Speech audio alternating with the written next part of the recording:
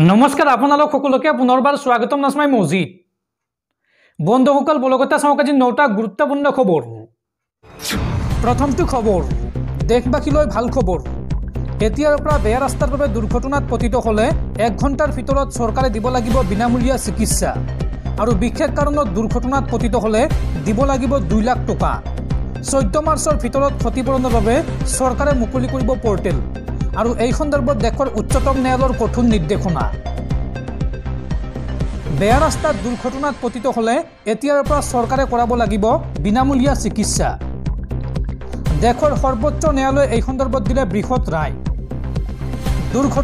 দুৰ্ঘটনা হোৱাৰ 1 ঘণ্টাৰ ভিতৰতে বিনামূলীয়া চিকিৎসা কৰাব লাগিব চৰকাৰে 2022ৰ এক আঁচনিৰ ভিত্তিত এই ৰায় প্ৰদান কৰিছে দেশৰ সৰ্বোচ্চ ন্যায়ালয়ে দুৰ্ঘটনাগ্ৰস্ত লোকৰ বীমাৰ বাবে আঁচনি ৰূপায়ণ কৰাৰ নিৰ্দেশ দেশৰ উচ্চতম ন্যায়ালয়ৰ 14 মাৰ্চৰ ভিতৰত ক্ষতিপূৰণৰ ব্যৱস্থাৰ বাবে মুকলি কৰিব লাগিব বিশেষ পৰ্টেল ন্যায়াধীশ অভয়াস উকাৰৰ নেতৃত্বত বিচাৰপীঠে দিয়ে এই ৰায়দান আৰু দুৰ্ঘটনাত আঘাতপ্ৰাপ্ত ব্যক্তিয়ে গোল্ডেন আৱাৰৰ ভিতৰত লাভ কৰিব চিকিৎসা সেৱা সংবিধানৰ 21 নং অনুচ্ছেদৰ আধাৰত 126 নং ধাৰাত প্ৰস্তুত কৰিব লাগিব আঁচনি আৰু বাধ্যতামূলকভাৱে চৰকাৰে মানিব লাগিব দেশৰ সৰ্বোচ্চ ন্যায়ালয়ৰ এই ৰায়দান আৰু এই সন্দৰ্ভত 14 মাৰ্চৰ ভিতৰত প্ৰতিবেদন দাখিল কৰিব লাগিব কেন্দ্ৰীয় চৰকাৰে 24 মাৰ্চৰ পৰৱৰ্তী শুনানিৰ পূৰ্বে কেন্দ্ৰীয় চৰকাৰে গ্ৰহণ কৰিব লাগিব পদক্ষেপ আৰু লগতে হিট এণ্ড ৰানৰ গোচৰত দুৰ্ঘটনাত পতিত লোকক দিব লাগিব 2 লাখ টকা এই কঠোৰ নিৰ্দেশনা দিছে দেশৰ উচ্চতম ন্যায়ালয়ে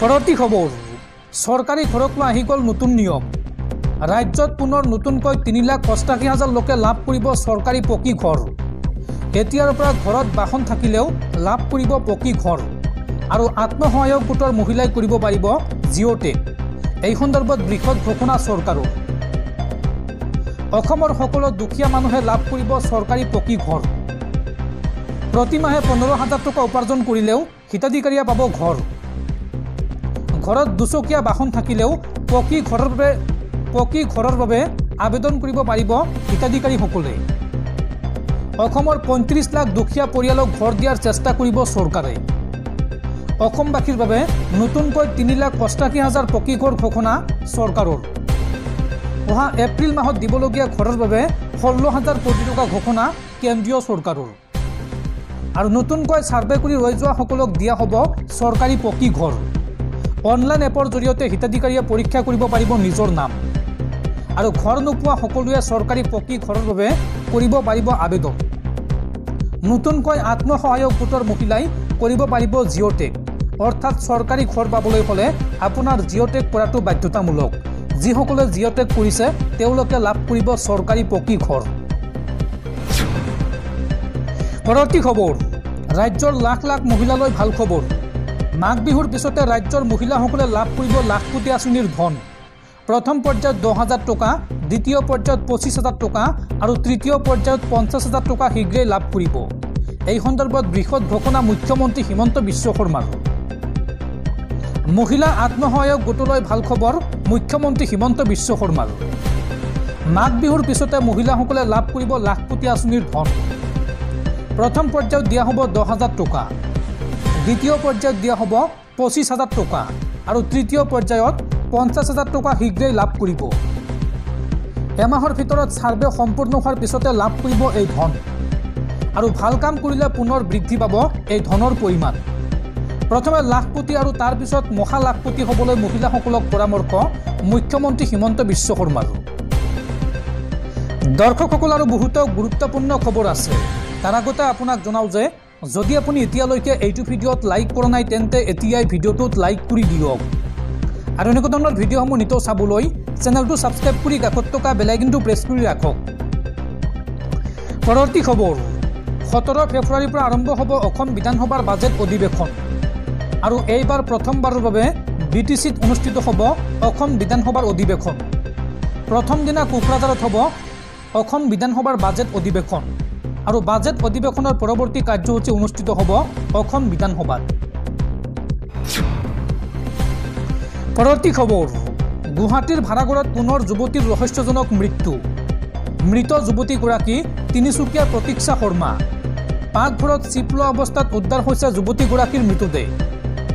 আৰু যুৱতীগৰাকীৰ আত্মহত্যাৰ কাৰণ বৰ্তমানলৈকে জানিব পৰা হোৱা নাই। ঘটনা সন্দৰ্ভত আৰক্ষীৰ তদন্ত অব্যাহত। পৰৱৰ্তী খবৰ, ৰাজ্যৰ লাখ লাখ কৃষকলৈ ভাল খবৰ। এতিয়াৰ পৰা বান্দৰে ফচল খালে, হাতীয়ে খেতি নষ্ট কৰিলেও আপুনি লাভ কৰিব ক্ষতিপূৰণ। আৰু এই সন্দৰ্ভত কেন্দ্ৰৰ পৰা অতিৰিক্ত 200-300 কোটি টকাৰ পুঁজিৰ অনুৰোধ মুখ্যমন্ত্ৰী হিমন্ত বিশ্ব শৰ্মাৰ। এতিয়াৰ পৰা বান্দৰে ফচল খালে, হাতীয়ে খেতি নষ্ট কৰিলেও আপুনি লাভ কৰিব ধন।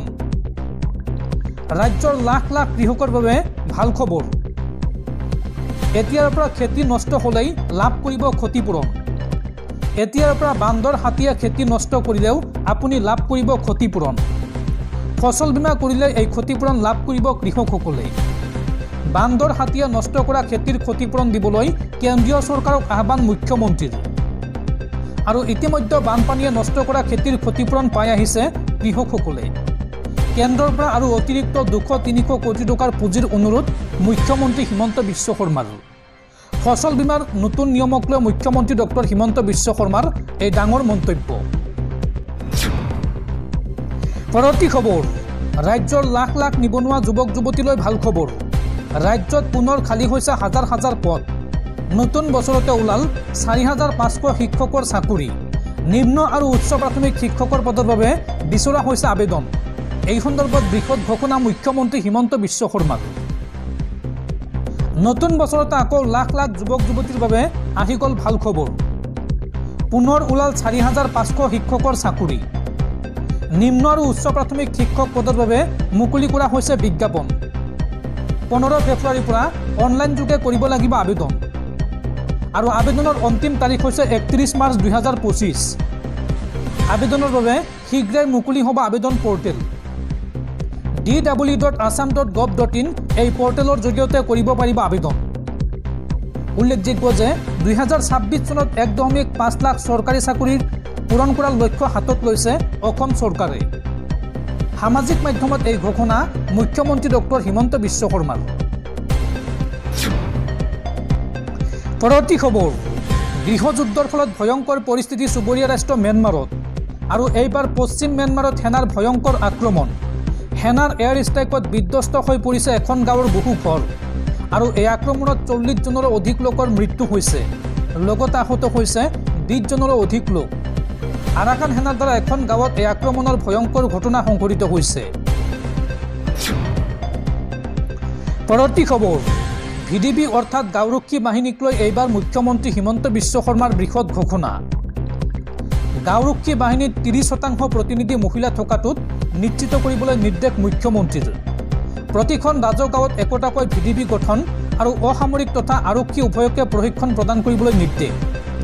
শীৰ্ষ প্ৰশাসনিক আৰু আৰক্ষী বিষয়াৰ সৈতে হোৱা বৈঠকত এই নিৰ্দেশ মুখ্যমন্ত্ৰী হিমন্ত বিশ্ব শৰ্মাৰ। পৰৱৰ্তী খবৰ, গুগল মেপ ব্যৱহাৰ কৰি বিপদত অসম আৰক্ষী। গুগল মেপৰ দ্বাৰা বিপদে গৈ নাগালেণ্ড পালগৈ অসম আৰক্ষীৰ এটা দল। আৰু স্থানীয় লোকে কৰিলে বন্দী। গুগল মেপৰ নিৰ্দেশনা অনুসৰণ কৰি বিপদত অসম আৰক্ষীৰ এটা 16জনীয়া দল। ঘটনা অনুসৰি অসম আৰক্ষীৰ এটা দলে অভিযানৰ সময়ত নাগালেণ্ডত বিপথে পৰিচালিত হয়। আৰু স্থানীয় বাসিন্দাই তেওঁলোকক অপৰাধী বুলি ভুলকৈ তেওঁলোকক আক্ৰমণ কৰি বন্দী কৰে। মঙলবাৰে নিশা নাগালেণ্ডৰ মককচুং জিলাত আৰক্ষীৰ দলটোৱে এজন অপৰাধীক ধৰিবলৈ অভিযান চলাই থকা অৱস্থাত সংঘটিত হয় এই ঘটনা। অসামৰিক সাজ পোছাক পৰিধান কৰি অস্ত্ৰধাৰী পুলিচে অজানিতে সীমান্ত পাৰ হৈ নাগালেণ্ডৰ মককচুঙত প্ৰৱেশ কৰাৰ সময়তে স্থানীয় লোকে তেওঁলোকক আক্ৰমণ কৰি নিশাটোৰ বাবে বন্দী কৰি ৰাখিছিল। আৰু অৱশেষত নাগালেণ্ড আৰক্ষীয়ে উদ্ধাৰ কৰে অসম আৰক্ষীৰ জোৱান কেইজনক।